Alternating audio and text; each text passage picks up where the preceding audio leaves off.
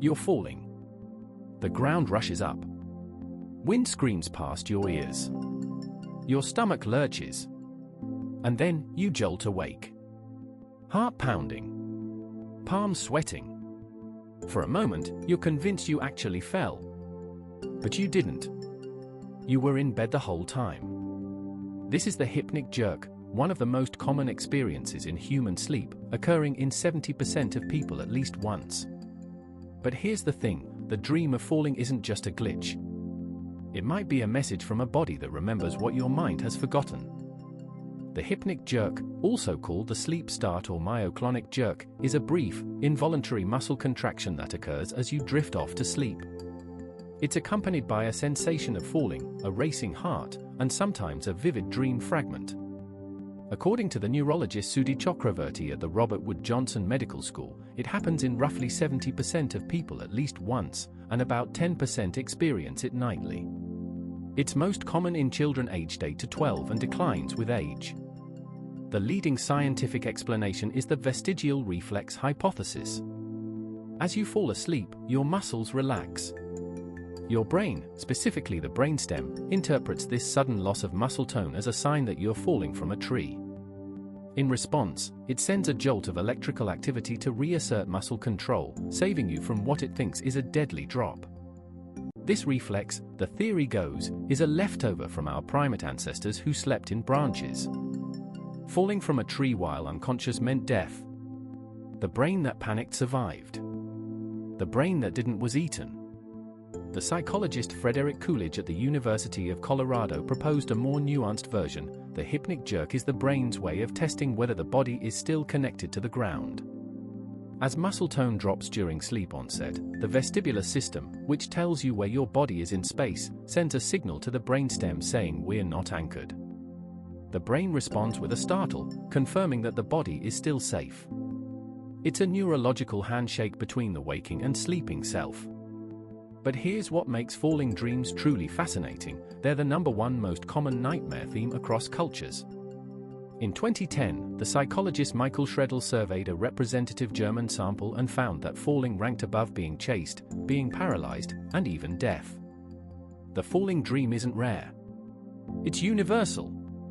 And it persists across age, gender, and culture, suggesting something deep in our neurology is wired to produce it. But if falling dreams are just a vestigial reflex, why do they feel so emotionally charged? Why does the dream of falling produce genuine terror, not just a startle, but a lingering dread that follows you into waking? The answer, according to the continuity hypothesis, is that dreams reflect your waking emotional state. The psychologist G. William Domhoff at the University of California, Santa Cruz, found that the content of dreams closely mirrors the concerns and anxieties of daily life. People who are stressed dream more about falling. People who feel insecure dream more about losing control. The falling dream, in this reading, isn't about trees or primates. It's about you, right now, feeling like the ground is slipping away. This was confirmed dramatically during the COVID-19 pandemic. In 2022, the psychologist Ivana Stepanovic at the University of Basel found that nightmares about falling, being chased, and death increased significantly during lockdowns. The dream content tracked the anxiety of waking life with remarkable precision. People who felt out of control during the day dreamed about falling at night. And there's a health dimension too.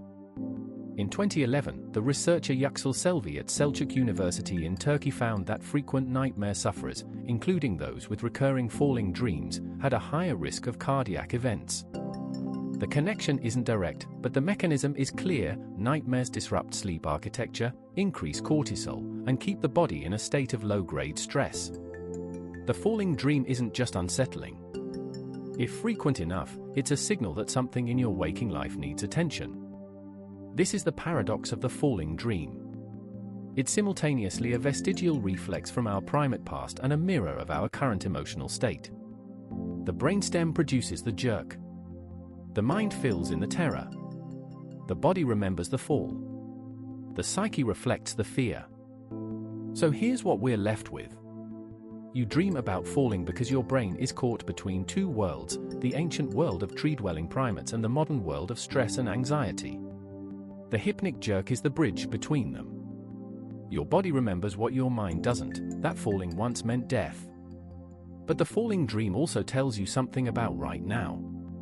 It's your brain's way of saying, something in your life feels unstable. Something is slipping.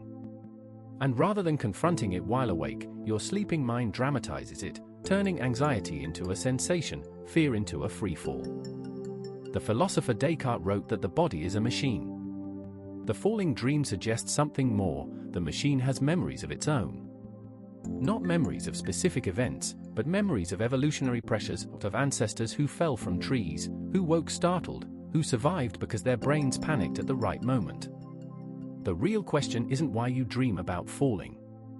It's what your brain is trying to tell you when it does. Because the falling dream isn't random. It's a message from your body, from your past, from the part of you that still remembers what it means to be afraid of the ground.